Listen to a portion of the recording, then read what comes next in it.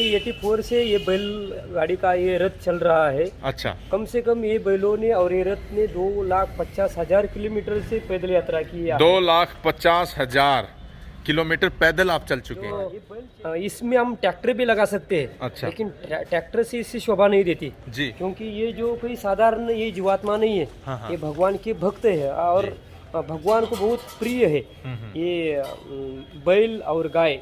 तो इसका ही हम प्रचार कर रहे हैं।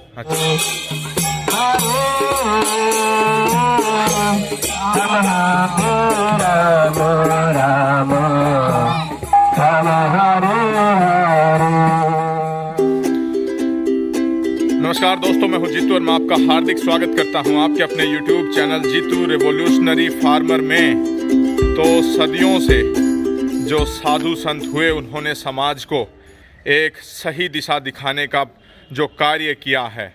तो आज यहाँ पर जो हम देख पा रहे हैं वो 1984 से जो पूरे भारत भ्रमण भारत यात्रा पर जो बैलों का रथ लेकर के जो निकले हुए हैं, ताकि जागरूकता आए किसके प्रति, गोवंश के प्रति और धर्म के प्रति। आज जो हमारा युवा जो है वो देश, समाज और धर्म की जो भूमिका है उसको कहीं ना कहीं उतनी अहमियत नहीं देता है। जीवन में उनका जो स्वार्थ है वो अपने तक और अपने घर परिवार तक सीमित होकर के रह गया है। और आज जो हमारे साथ जो हैं महान आत्मा, पुण्य आत्मा, ये अपने 6 बैलों का ये रथ लेकर के, बैल आप यहाँ पर देख सकते हैं, इनके कांकरेज नस्ल के बैल हैं। एक वहाँ पर बैल बाबा बैठे हैं, दूसरे तीसरे नंबर पर, चौथे यहाँ पर हैं, 5वें यहाँ पर हैं और छठे नीम के वृक्ष के नीचे खड़े हैं। कि धर्म के प्रति आज युवाओं को, आज हमारे समाज को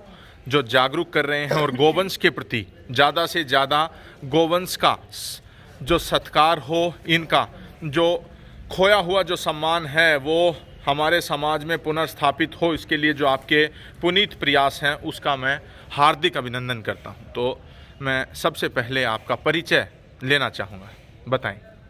मैं इस्कॉन से हूँ। अच्छा। अंतर्राष्ट्रीय कृष्ण भावनामृत संघ।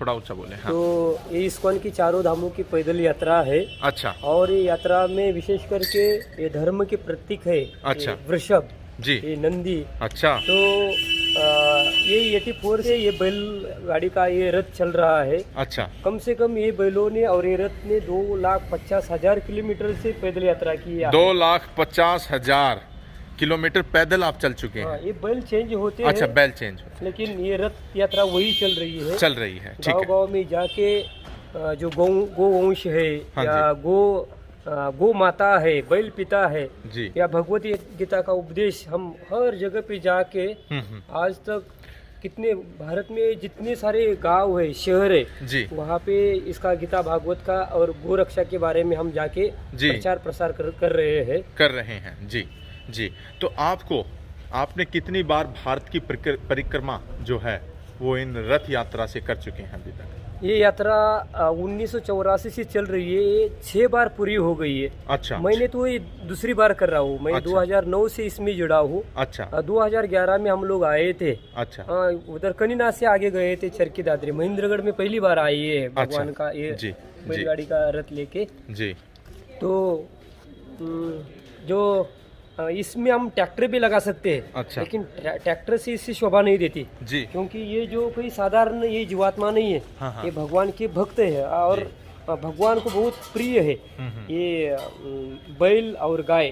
तो इसका ही हम प्रचार कर रहे हैं। अच्छा। और जो हमारी चेतना है, हाँ, ये बैलों के प्रति या समाज या गीता के प्रति, भगवान के प्रति लगा देंगे तो हमको इसमें हमारा एक रिश्ता लगता है। हम इसको बैल नहीं देखते। ये हमारे जैसे एक भक्त है, भक्त के रूप में हम उनको देख के उनका अच्छा सा केयर करते, खिलाना पिलाना, उनके साथ चलना।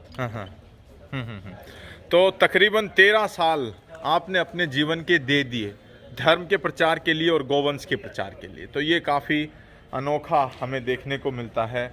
मैं फिर कहना चाहूँगा, साधु संत जो हैं वो अपने जीवन का एक त्याग करते हैं और फिर जाकर के समाज को ये जागृत करते हैं। जो कहीं ना कहीं जो हम अपने पथभ्रष्ट हो जाते हैं वहाँ पर दोबारा उस पथ पर लाने का समाज को प्रयास करते हैं। तो महाराज जी, चुनौतियाँ इसमें काफ़ी हैं। पैदल आप निकले हैं, और लोग आपको फक्कड़ कहते होंगे, लोग आपका मखौल भी उड़ाते होंगे, तो वो कुछ अनुभव जो है आपका वो साझा जरूर करें। और मूलतः आप कहाँ से हैं? मैं एक्चुअली महाराष्ट्र से हूँ। महाराष्ट्र में कौन सा जिला है आपका? महाराष्ट्र वो सांगली जिला है। सांगली जिले में अच्छा, एक छोटा सा गांव है। मैं गांव से अच्छा है बिलोंग करता हूँ। जी जी जी।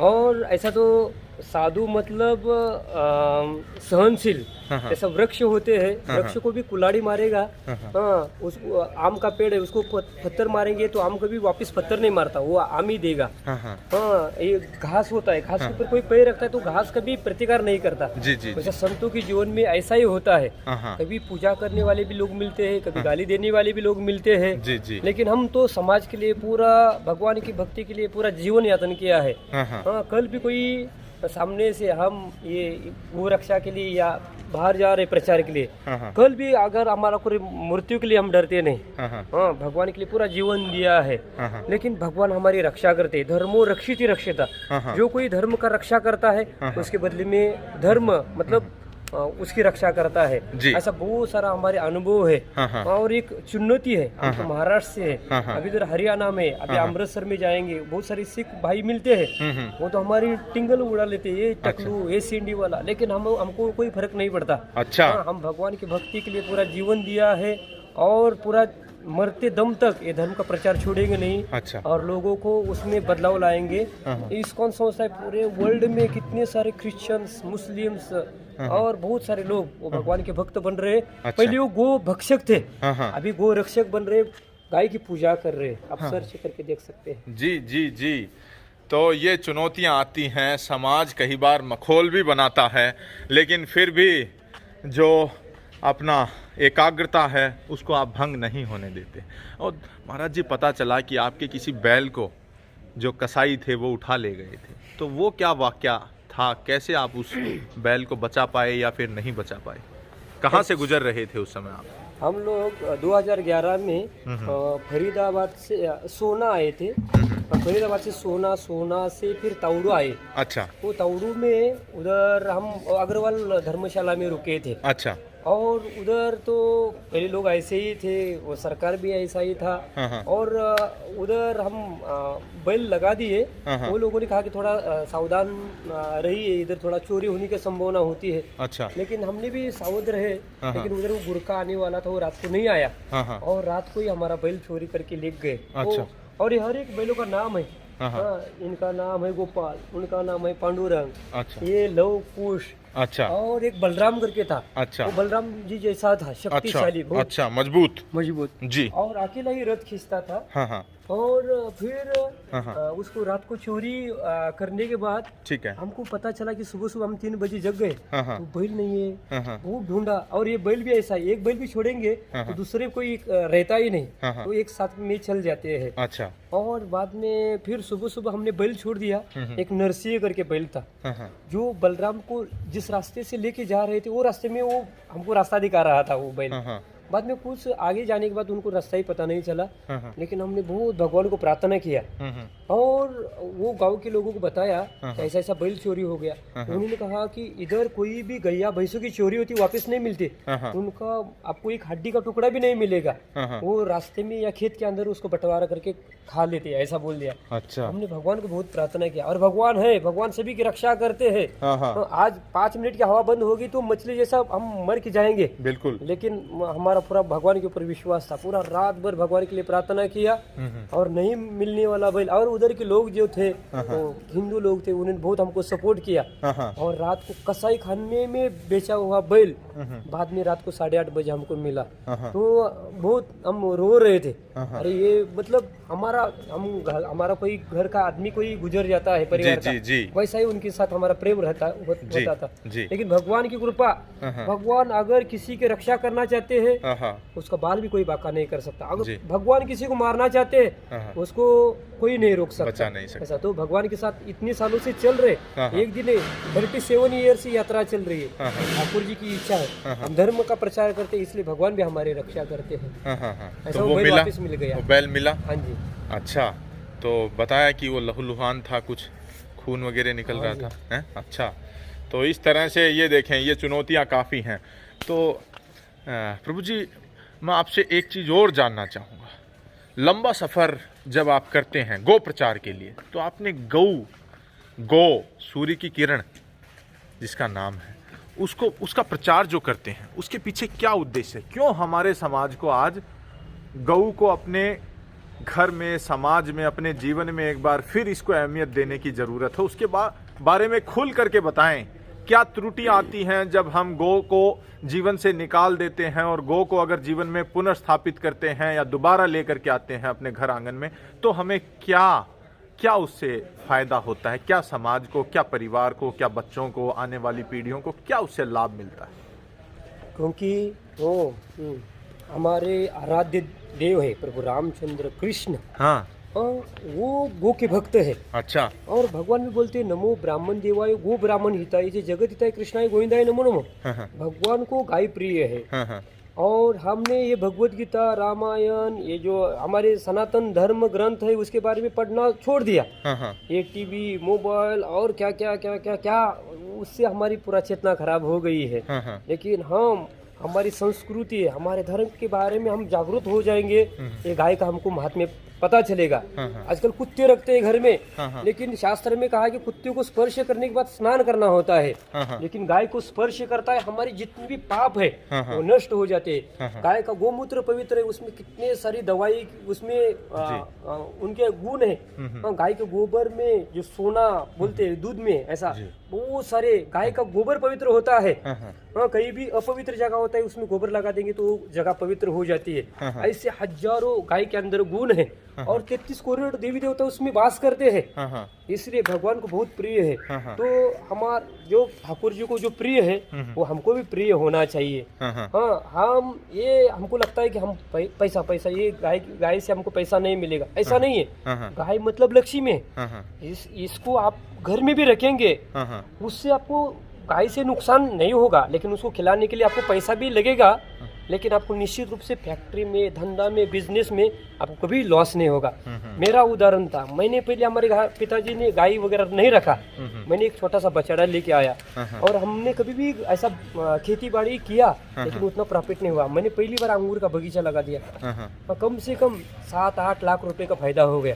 तब से मेरे पिताजी, मेरे घर वाले ने कहा कि जिंदगी जब तक है तब तक गाय कभी भी नहीं मोड़ेंगे, गाय घर में रखेंगे। ऐसा तो हम जगह जगह पे जाके यही प्रचार करते हैं, गीता भागवत पढ़िए, हमारे धर्म से उससे दूर भटकिए मत। ये गौवंश है, उसको हम हमारे एक परिवार का एक सदस्य ऐसा करके उनकी सेवा करेंगे तो हमको कभी भी उसमें कोई लॉस नहीं होगा, भगवान की कृपा हो जाएगी। बहुत बढ़िया, बहुत बढ़िया। तो इधर आए प्रभु जी, तो इस अपने नंदी देव के पास खड़े हों, बैल बाबा के पास खड़े हों, तो और मैं आपसे जानना चाहूँगा, आपने एक बात बड़ी अच्छी बताई कि कोई भी साधु संत चाहे कितना ही तपस्वी रहा हो, कितना ही वो पुण्य रहा हो, कितना ही वो भक्त रहा हो, बड़ा भक्त रहा हो, बड़ा साधु संत रहा हो, लेकिन उसका जो पेशाब है उसमें कोई गुणवत्ता नहीं होती। लेकिन अगर हम बात करें बैल की या गोवंश की या नंदी महाराज की,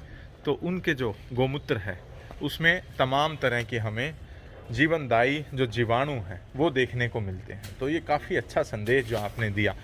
और बताएं, और धर्म का भी आप प्रचार करते हैं, उसके बारे में और बताएं। आ जाए, उसके पास आ जाए। ये देखें, जो भव्य जो सींग हैं, कांकरेज नस्ल, वो यहाँ पर आप देख सकते हैं। एक यहाँ पर है और एक इनका भव्य नंदी यहाँ पर है, एक अभी नीचे बैठ करके जुगाली कर रहा है। तो महाराज जी आएँ, धर्म का जो प्रचार करते हैं उसमें क्या चुनौतियाँ और क्यों आज हमें धर्म के प्रचार की आवश्यकता है, उसके बारे में और थोड़ा सा प्रकाश डालें जी। ये देखें इनके जो रथ है, एक बार मैं कैमरा ज़रूर घुमाना चाहूँगा। ये देखें, एक रथ यहाँ पर है, एक रथ वहाँ पर है, एक वहाँ पर है, और ये ज़मीन पर बैठ करके और प्रभु वंदना जो है। तो जीवन काफ़ी संघर्षमयी है, लेकिन समाज के लिए धर्म का जो प्रचार प्रसार करने के लिए इनका ये जो अभियान है ये प्रशंसनीय है, सराहनीय है। तो महाराज जी बताएं धर्म की क्यों आवश्यकता है? आपको क्यों लगता है कि युवा पीढ़ी को एक बार फिर गो, गीता, गंगा, इन चीज़ों की अहमियत समझने की ज़रूरत है। बताएं, खुल करके बताएं। तो धर्म मतलब हम बोलते हैं ये धर्म वो धर्म ऐसा, लेकिन जो भगवान ने जो कहा है जी उसको धर्म बोला जाता है। हाँ। तो भगवत गीता है। हाँ, भगवत गीता मतलब भगवान के मुख से आई हुई ये गंगा जैसी है, गंगा से भी पवित्र है ये भगवत गीता। हाँ, भगवत गीता हम रोज डेली पढ़ते हैं, रामायण ये ग्रंथ पढ़ते हैं। तो मनुष्य जीवन का क्या लक्ष्य है? हमको मरने की इच्छा नहीं, हमको मरना पड़ता है। हाँ, कोई बीमार होने की इच्छा नहीं, बीमार होते हैं। कोई कितना भी जवान हो, उसको बूढ़ा होने की इच्छा नहीं होती, बूढ़ा होना पड़ता है। जन्म, मृत्यु, जरा, व्याधि, इसमें हम ये चक्कर में फंसते रहते हैं। और ये आजकल के तथाकथित धर्म है, ये मुस्लिम धर्म, ये क्रिश्चियन धर्म, ये बौद्ध धर्म, ये धर्म।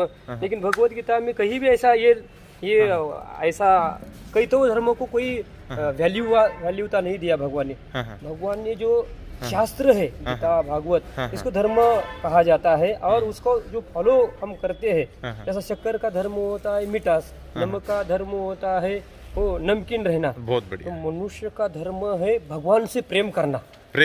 भगवान से किसी को परेशान नहीं करना। जी, किसी को तकलीफ ही नहीं देना। सनातन धर्म ये बताता है कि जीव से लेकर के चींटी से लेकर के कौवे तक हर एक में परमात्मा है, हर एक में परमात्मा है। तो किसी को भी व्याधि ना पहुंचाएं, कष्ट ना पहुंचाएं, ये जो धर्म है ये कहता है।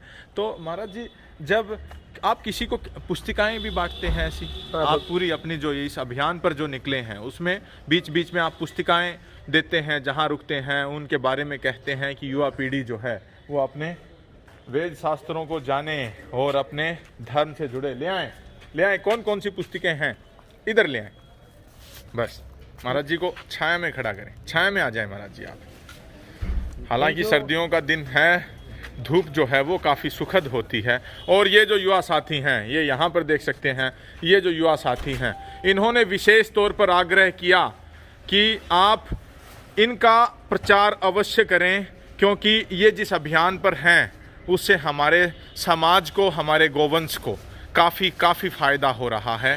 तो चुनौतियाँ भी काफ़ी आती हैं। आप लोगों ने बताया कि जहाँ पर महाराज जी रुकते हैं, कई बार लोग मखौल उड़ाते हैं, कई बार कहते हैं कि भगवा वस्त्र धारण कर लिए क्यों नहीं कमा करके खा लेते हो, या इस तरह के तो ये कटु जो शब्द बोलते हैं।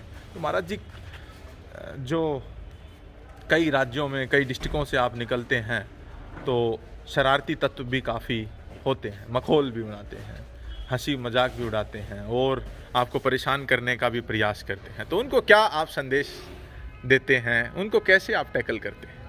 हम झारखंड में थे, बिहार जी, झारखंड जी, वहाँ पे ऐसा ही हर गांव में जाते हैं, भजन कीर्तन, एक गीता भागवत रामायण ग्रंथ देते हैं। लेकिन कलयुग का प्रभाव है, लोग ये धर्म के प्रति अज्ञान में है जी। वो जिस गांव में हमने प्रचार किया, वो गांव के बाजू के लोग आके रात को हमारे ऊपर अटैक किया। अच्छा, रात को 20-25 लोग आके पूरा ऐसा जी बम ब्लास्ट किया, गोली चला दिया।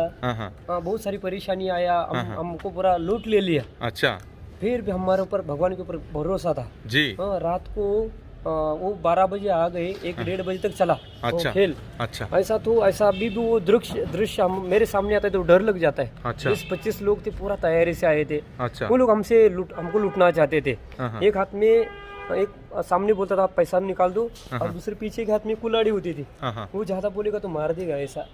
लेकिन उन्होंने कहा जो लेना है आप लेके जाओ, लेकिन किसी को मारना नहीं। लेकिन भगवान की कृपा से वो बम ब्लास्ट किया था, एक 5 किलोमीटर पुलिस थाना था। रात को ही उनको लगा ये इतना जोर से बम का आवाज आ गया, कोई ना कोई प्रॉब्लम होगा। अच्छा, हमने भगवान को प्रार्थना किया था। भगवान भक्तों की रक्षा करते हैं। भगवान भगवत गीता में बोलते हैं मेरे भक्तों का कभी नाश नहीं होता, मैं हमेशा भक्तों की रक्षा करता हूँ। बहुत सारे उदाहरण, द्रौपदी और बहुत सारे संतों के उदाहरण है। लेकिन रात को कोई उधर नहीं आता था। लेकिन उसी टाइम पे भगवान की कृपा से पुलिस वाले आ गए और हमारी छुटका हो गई ऐसा।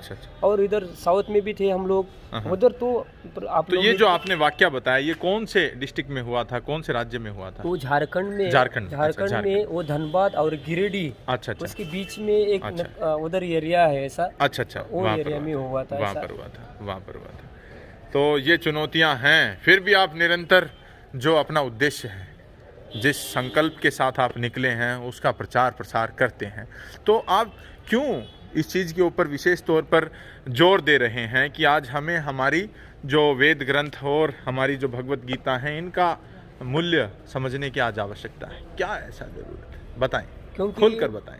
ये भगवत गीता है जी, ये साधारण किताब नहीं है। हाँ हाँ, ये भगवान श्री कृष्ण ने 5000 साल पूर्व बताया वही उपदेश है भगवत गीता का। हाँ हाँ, और हमारी इस्कॉन संस्था से मैं हूँ, हाँ हाँ, और शिल प्रभुपाद जी है, हाँ, उन्होंने पूरे वर्ल्ड में हाँ हाँ, 12 साल में 14 बार पृथ्वी का भ्रमण किया। हाँ, जो गो भक्षक थे वो गो रक्षक हो गए, गो की पूजा कर रहे, और हमारी जो हिंदू संस्कृति है वो अपना रहे। आप कभी भी सर्च करके देखिए, अभी रूस में वो उधर मॉस्को में बहुत बड़ा मंदिर, हजारों जी लोग जी हैं। जी, रशिया में काफी लोग जो हैं वो इस्कॉन से जो जुड़ते हैं। धोती कुर्ता पहन रहे हैं वो लेडीज है, वो जींस पैंट छोड़ दिया, वो साड़ी पहन रही है, तिलक लगा रही है, गले में तुलसी माला पहन रही है। जी, ये प्रभाव है हमारी ये भगवत गीता का। अच्छा, क्योंकि पूरा भगवत गीता अपने जीवन में उतारे। खाली भगवत गीता पढ़ने से नहीं होगा, उसमें जो भगवान ने जो आदेश दिया, उपदेश दिया है, वो हमारे जीवन में उतारते हैं तो हमारा जीवन परिवर्तन होता है। और हजारों लाखों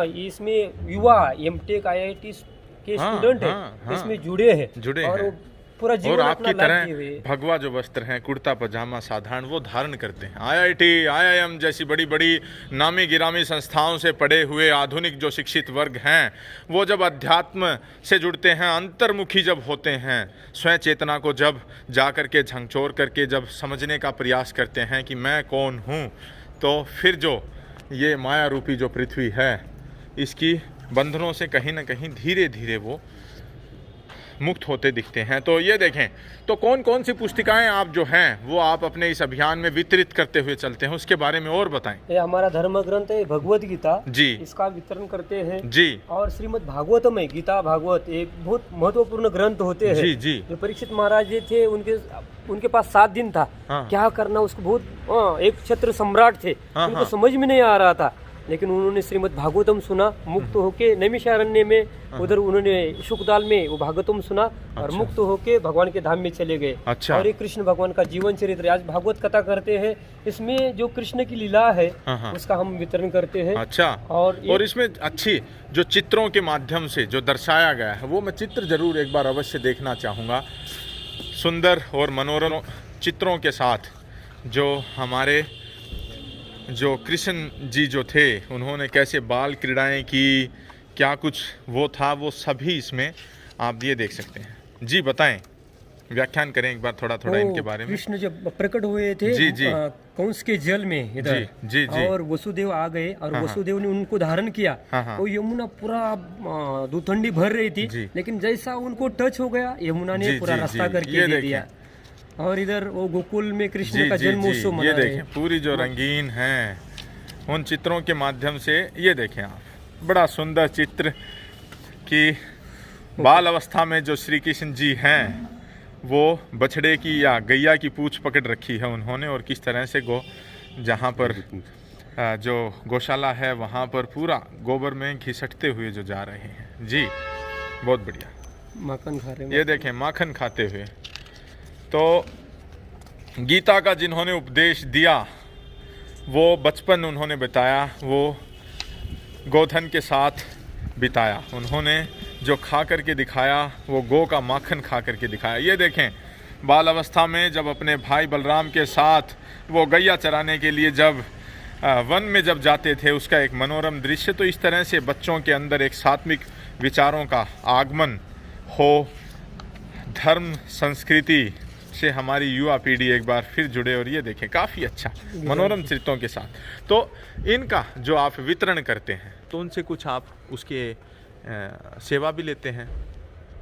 उसका जो प्रिंटिंग जो कॉस्ट है वही लेते हैं। और ये जो रामायण है जी, वाल्मीकि जी ने तो लिखा जी, लेकिन इसके लेखक है वो हमारी इस्कॉन के जो वरिष्ठ सन्यासी है, परम पूज्य भक्ति विकास स्वामी महाराज जी। अच्छा, उनका जन्म अमेरिका में हुआ। अच्छा, और अभी वो इस्कॉन के गुरु हो गए। अच्छा, और हम लोग आपके हरियाणा ये लोग हैं, उनसे दीक्षा ले लिया। अच्छा, मतलब वो उनको कोई मतलब ये हम जानते हैं रामायण कृष्ण गौ माता के बारे में, लेकिन जिन्होंने रामायण का जो उसमें भाषांतर किया है वो परम अमेरिका के परम पूज्य भक्ति विकास स्वामी महाराज जी। तो एक विदेशी होते हुए भी इन्होंने हमारी जो ये जो ग्रंथ लिखा है बहुत ही मधुर, और इसमें भारतीय युवकों को संदेश जो लेखक है वो विदेश के हैं। बहुत बढ़िया ऐसा। तो इन पुस्तिकाओं का आप वितरण करते हैं। एक आपने उदाहरण अभी दिया, वो भी काफ़ी रोचक था कि एक किसी आपने बार्बर जो थे उनको कोई पुस्तिका दी और उन्होंने जो आपके साथ किया वो एक बार फिर बताएं। हाँ, ऐसे तो बहुत सारे लोग मिलते हैं जी। हमको। तो उन्होंने कहा कि अरे धर्म का प्रचार करते हो उसको पैसा क्यों लेते? मैं बोला तुम सिगरेट पीते हो, तुम दुकान में जाके सिगरेट तुमको फ्री में कोई नहीं देता, उसको पैसा देना पड़ता है। हमने कहा अरे भाई इसको छपाई के लिए पैसा देना पड़ता है हमको, और लोगों को आप हमको पैसा दे दो, हम और ज्यादा छप के लोगों को फ्री देते हैं। लेकिन वो मानने के लिए तैयार नहीं थे। मैंने कहा, उन्होंने कहा कि नहीं मैं पैसा नहीं दूंगा फ्री में। मैं उनको दे दिया, चलो पुस्तक लेके रख ली उन्होंने, रख लिया। और बोल रहा था नहीं मैं दूंगा नहीं, जाओ कुछ करना ही करो। पूरा थोड़ा हरियाणा में पहलवान होते हैं ना, हमको भी डर लगता है, तो चलो जाने दो। फिर उनको मैंने रिक्वेस्ट किया, भाई मैं इसका पैसा नहीं लेता हूँ, आपके चरणों में प्रार्थना, रोज उसको पढ़िए। लेकिन उनको हार्ट को टच हो गया। फिर मैं उधर से निकल गया, मेरे पीछे पीछे पीछे दौड़ते दौड़ते आ गया। और उन्होंने कहा नहीं महाराज मैंने आपके साथ मजाक किया, ये 100 रुपये ले लीजिए और मैं गीता पढ़ूंगा। उन्होंने फिर मुझे वचन दे दिया, मैं रोज एक श्लोक पढ़ूंगा। ऐसे बहुत सारे लोग मिलते हैं जी। अच्छा, बहुत बढ़िया बहुत बढ़िया। तो ये देखें, तो आपने बताया कि गीता का जो एक प्रभाव है वो काफ़ी ज़्यादा होता है। पढ़े भी ना तो मात्र स्पर्श मात्र से आपके अंदर जो अच्छे विचारों का आगमन होता है। तो वो बातें, और मैं 2 बातें आपसे सीखना चाहूँगा, सुनना चाहूँगा। तो मैंने कहा कि ये गीता तो साधारण नहीं है, और भाव से, भक्ति भाव से गीता का एक श्लोक भी नहीं आता। बहुत सारे लोग बोलते हैं अरे महाराज हमको पढ़ना नहीं आता, हम अनपढ़ है, ये है वो है। लेकिन कई इलेक्ट्रिक वायर होती, वायर का थोड़ा भी टच होगा तो छोटा हो बड़ा हो कुछ भी हो उसको शॉर्ट तो लगेगा ही। अग्नि का स्वभाव होता है, कोई भी उसको टच करेगा तो अग्नि अपना कार्य करेगा। वैसा ही भगवत गीता हाथ में पकड़ लेंगे तो हमारा शुद्धिकरण होता है। और ऐसा एक उदाहरण, एक साउथ इंडिया का ब्राह्मण था, उसको तो गीता पढ़ना नहीं आता था, लेकिन उनको गुरुजी ने कहा कि तुम गीता पढ़ो। लेकिन उनको रोना आता था, अरे ये कृष्ण द्वारकाधीश है, उनके कृष्ण को अर्जुन को पूरा ब्रह्मांड दिखाया था। और फिर अर्जुन को रस्सी पकड़ के इधर कुरुक्षेत्र में, और कृष्ण जब युद्ध चल रहा था और वो अर्जुन कृष्ण को लात मारते थे, ये मुझे राइट साइड में लेके जाना तो राइट पग मारते थे, लेफ्ट साइड में जाना तो लेफ्ट पग मारते थे। ऐसा तो वो जो भक्त था उनको देख के बहुत रोना आ गया, अरे ये आनंद कोटि ब्रह्मांड के नायक है और भक्त की जो सारथी बन के ये रथ चला रहे हैं और अपने भक्तों की लात खाते, उनको बहुत रोना आता था। अच्छा। तो स्वयं भगवान उधर सामने प्रकट हो गए, अरे तुमको तो पढ़ना नहीं आता, तुमको फिर ऐसा रोता है क्यों? तो उन्होंने कहा कि ये दृश्य देख के मुझे बहुत रोना आता है। तो भगवान ने कहा अरे तुमको गीता समझ में आ गई। जो बड़े बड़े पंडित होते हैं गीता तो पढ़ते हैं, लेकिन गीता का जो गूढ़ अर्थ है, भगवान के प्रति प्रेम है, उनका नहीं हुआ। लेकिन उन्होंने कहा कि ऐसा ऐसा, तो हमारे घर में छोटा बच्चा भी उसको रोज दर्शन भी करेंगे तो हमारा घर पवित्र हो जाए, घर एक मंदिर होगा। हम टीवी देखते हैं, कुछ भी करते हैं, तो जी आए जी। हरे कृष्णा जी। हरे कृष्णा भाई जी, मैं एक बात सभी आपके व्यूअर को मैं बताना चाहूँगा, थोड़ा ऊंचा बोले। आपके चैनल के माध्यम से एक बात बताना चाहूँगा रिक्वेस्ट में। हम सभी युवा आ जाएं। ये देखें, युवा हैं जो कि समय एवं जितना इनसे सहयोग होता है वो इस तरह की पवित्र आत्माओं का सहयोग करते हैं। जी बताएं। हम गुड़गांव से हैं प्रभु जी, और रथ यात्रा हमारे वहाँ से निकली थी। हमने अपने गांव में स्वागत किया प्रभु जी का, और धूमधाम से हमने उत्सव मनाया वहाँ पे। अच्छा। तो मैं एक बात कहना चाहूँगा, क्योंकि बीच बीच में हम ज्वाइन करते हैं पद यात्रा को। अच्छा।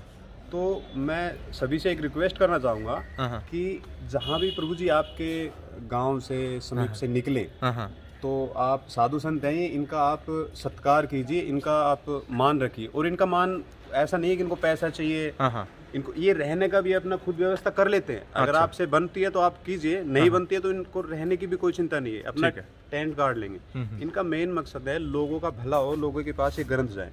तो इनकी सही मायने में रिस्पेक्ट यही होगी कि आप इनसे कम से कम 1-2 बुक ले ले। अच्छा ठीक है। और ये कॉस्ट बस इसकी बहुत प्रिंटिंग की है, बस मात्र। हाँ बस 10, 20, 30, 50 रुपए, 100 रुपए बस। ठीक है, बुक के हिसाब से। हाँ हाँ हाँ, बुक के हिसाब तो से छोटी पुस्तिका है। जी जी बताएं। इंट्रोड्यूस करना चाहूंगा। ये प्रकृति के नियम है, मतलब प्रकृति किस तरीके से कार्य करती है जी। मतलब हम ऐसा नहीं है हम गलत काम करके बच जाएंगे, किस कार्य का हमें क्या नतीजा मिलता है, अच्छे का बुरे का, वो बड़े इसमें संक्षेप में समझाया गया। बहुत बढ़िया बहुत बढ़िया। और तो इसकी मूल्य जो है वो कितनी है? 20 रुपए। 20 रुपए, मात्र 20 रुपए। ठीक है।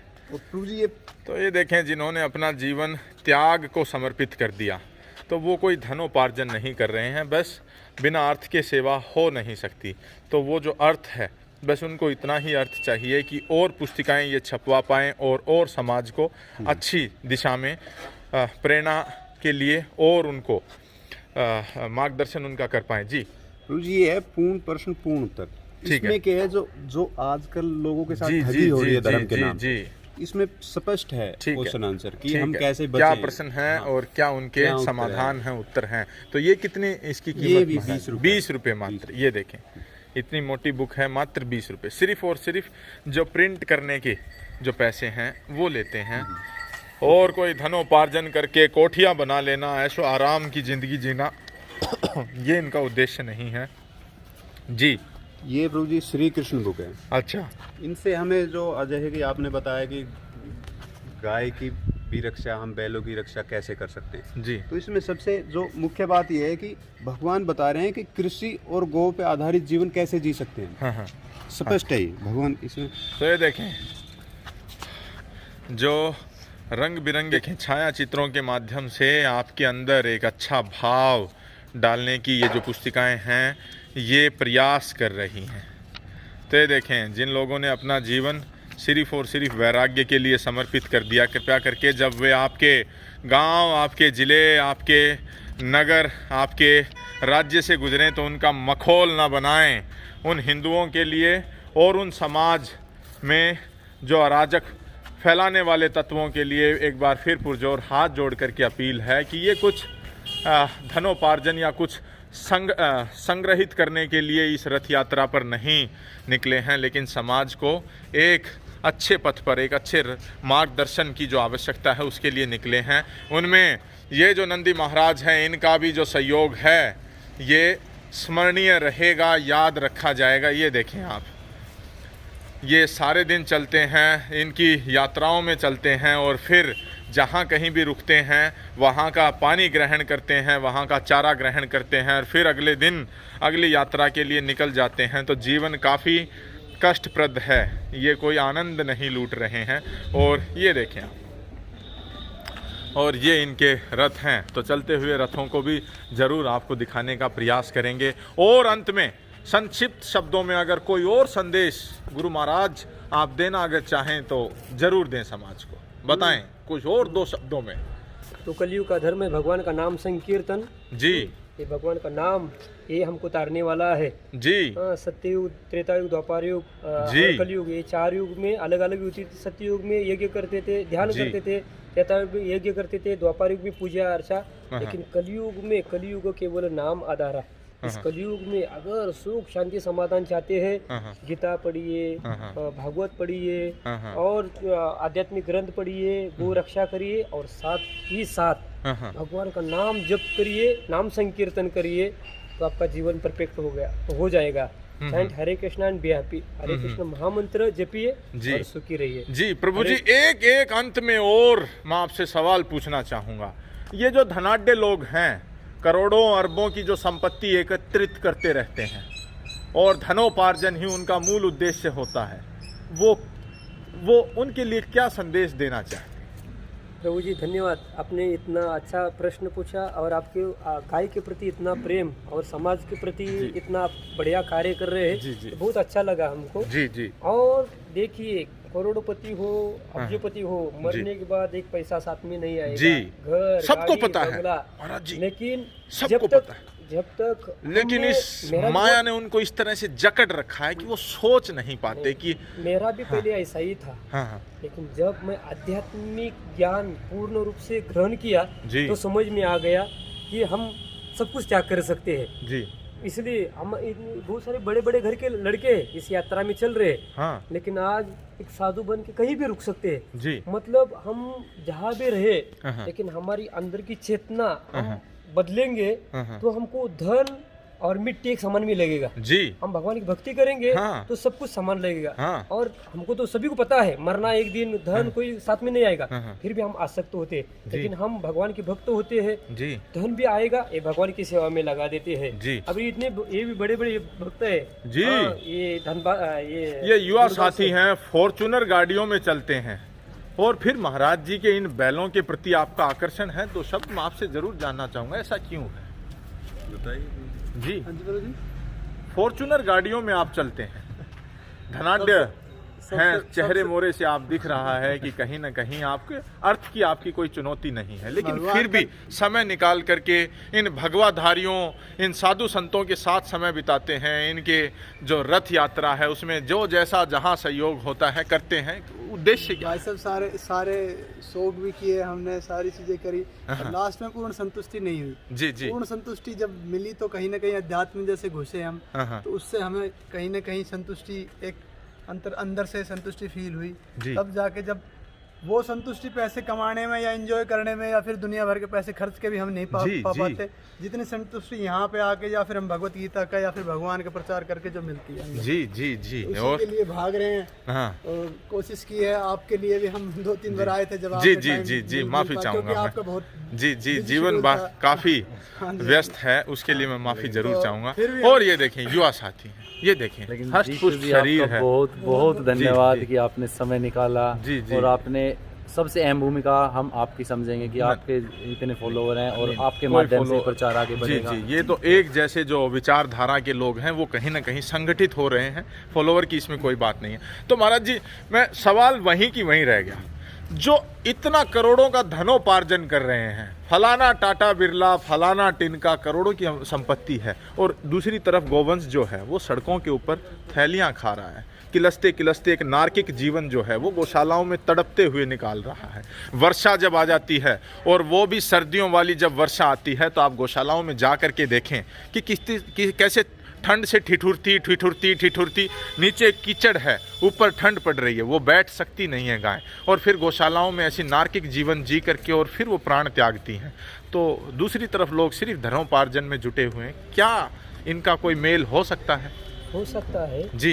जो भगवान, ये जो गाय है या बैल है, उनकी हम सेवा करेंगे, वो धन तो मतलब धन मतलब लक्ष्मी कहा जाता है, पैसा है उसको लक्ष्मी बोलते हैं जी। लक्ष्मी अगर नारायण की सेवा में लगा देंगे तो लक्ष्मी और आएगी और आपको धन आएगा। हमको लगता है ये गाय की सेवा करने में या ये धर्म का प्रचार करने में हम लगेंगे तो हम लॉस हो जाएंगे, हमको धन संपत्ति नहीं मिलेगी, ऐसा नहीं।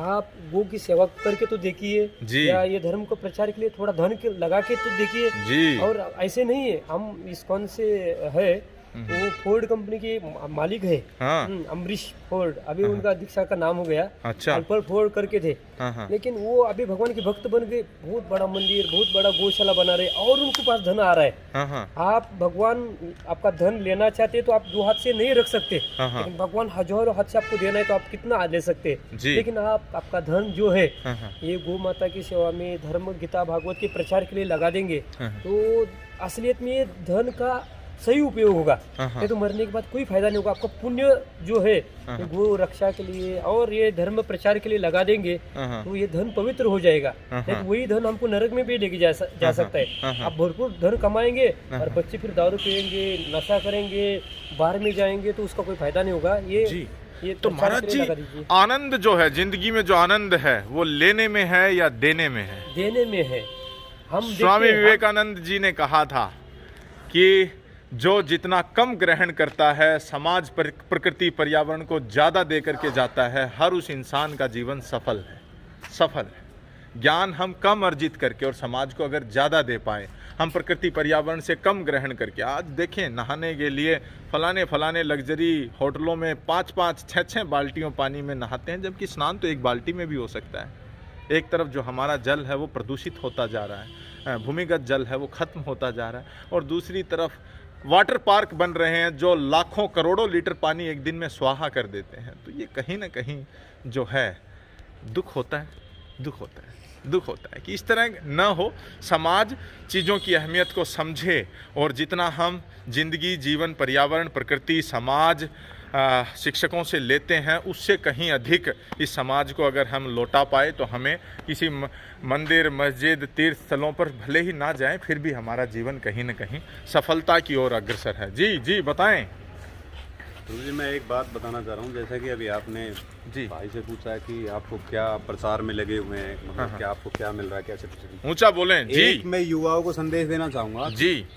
मैंने एनालाइज किया कि युवा ज्यादा भगवत गीता या अध्यात्म से दूर क्यों हो रहे हैं, क्यों हटते हैं। वो कुछ तथाकथित साधुओं द्वारा भ्रमित होके हो रहे हैं। जी जी। संदेश गलत जा रहा है समाज में, मैसेज गलत जा रहा है कि भक्ति के लिए आपको डेफिनेटली सब कुछ छोड़ना ही पड़ेगा। भक्ति 4 वर्णाश्रम है, भक्ति आश्रम 4 होते हैं। एक ब्रह्मचारी की ब्रह्मचारी की भक्ति, एक सन्यासी के लिए है बस वो घर छोड़ के लोगों को जागरूक करे। लेकिन एक गृहस्थ की भक्ति है, वो समाज को भी पोषित करेगा, समाज का पालन करेगा, एक सन्यासी का पालन करेगा, वह अपना खुद एग्जाम्पल सेट करेगा समाज में। जी। अब ये सारे हैं, ये भाई जॉब करता है कंपनी में, भाई बिजनेस करता है, सबका अपना अपना काम है जी। और रूटीन से सुबह ये 4:30 बजे उठ जाते हैं मंगल आरती के लिए। अच्छा। डेली का रूटीन है ये। सुबह चाहे सर्दी हो, गर्मी हो, कुछ भी हो, सुबह 4:30 बजे भगवान के सामने नहा धो के खड़े हो जाते। बहुत बढ़िया। और कम से ये जप करते हैं, डेली 16 माला जप करते हैं, पूरा रूटीन से सारे नियम पालन कर रहे हैं। और समाज में भी वही भूमिका है, सामाजिकता भी निभा रहे हैं, अपनी हर चीज में अपना दायित्व निभा रहे हैं। भगत बनने के बाद उसके पास जिम्मेवारी ज्यादा आ जाती है और वो रिस्पॉन्सिबिलिटी एक दायित्व के साथ निभाता है जी। तो ये ऐसा नहीं है कि भक्ति व्यक्ति को समाज से कट ऑफ कर देती है, ऐसा कतई नहीं गलत फहमियां हो रही है। जी जी, अंतर्मुखी होएं। एक बार फिर वो वीडियो लंबा हो जाएगा। तो जो ये महाराज जी हैं, गुरु महाराज जी जो हैं, प्रभु जी जो हैं, जो कि इस मंगल यात्रा पर निकले हैं, जीवन का इन्होंने पूरा समर्पण किया है। ये इनके जो बैल हैं वो भी इस आहुति में अपना योगदान दे रहे हैं, सुबह शाम तक चलते हैं। इनका जो बड़ा रथ है वो गेट पर खड़ा है, संध्या के समय इसे निकाला जाएगा और शाम को 6 बजे संग कीर्तन, शब्द जो है संग करेंगे कीर्तन, मतलब सभी मिलके कीर्तन करते हुए आनंदमयी होकर के, और फिर प्रभु श्री कृष्ण जी का जो आप नाम जपते हुए लोगों को जागृत करते हैं। तो ऐसे पुनीत कार्य के लिए आपका कोटि कोटि वंदन, और इतना समय जो आप युवाओं ने दिया, आपका तहे दिल से आभार, तहे दिल से धन्यवाद। हरे कृष्ण।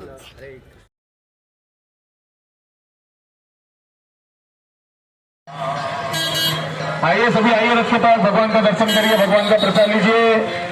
ये यात्रा जो आप देख रहे हैं, जो 37 सालों से अखंड भारत की परिक्रमा कर रही है, जो आपके यहाँ कल महेंद्रगढ़ में रुकी थी, अब यहाँ से आगे की तरफ जा रही है। तो आइए रथ के पास, भगवान का दर्शन करिए, भगवान का प्रसाद लीजिए।